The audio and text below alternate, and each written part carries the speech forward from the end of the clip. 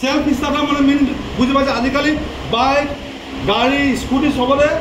self starter হয়নে নহয় নিজে নিজে স্টার্ট হয়নে নহয় আজিকালি রিমোটতো স্টার্ট হয়নে নহয় this is called self starter আপুনি নিজকো তেনেকুৱাকৈ সেলফ স্টাৰ্টাৰ বনাব লাগিব নিজে নিজে স্টাৰ্ট হোৱা ম্যাক্সিমাম মানুহ ফেলাৰ হোৱা কাৰণ হ'ল আপলাইনে পুশ কৰিব লাগে তেতিয়াই স্টার্ট হয় সেই গাড়ী জামানা গ'ল আগতে বাজাজ চুবাখন এনেকে হিলাই লয় হেল্ল' প্লাগটো আকৌ খুলি লৈ দুপাক আকৌ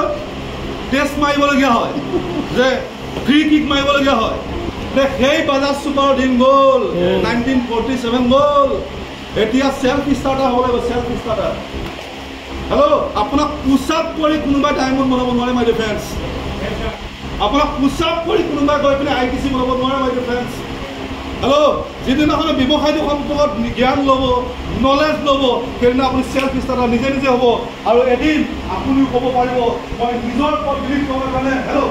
মই নিজৰ ওপৰত কনফিডেন্স কৰাৰ কাৰণে মই নিজৰ ওপৰত ফ'কাছ কৰিব পৰাৰ কাৰণে আমি মইও WBC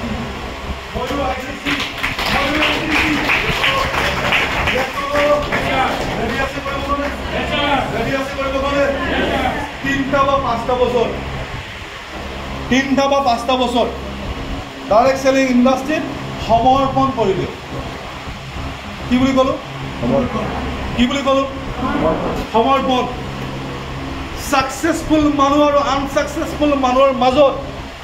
এটা ডাঙৰ ব্যৱধান আছে সাকসেসফুল মানুহে যিকোনো এটা ব্যক্তি যেটা বাছি লয় যিকোনো এটা প্ৰফেশ্যন যেটা বাছি লয় তেওঁলোকে তাত সমৰ্পণ কৰি দিয়ে সমৰ্পণ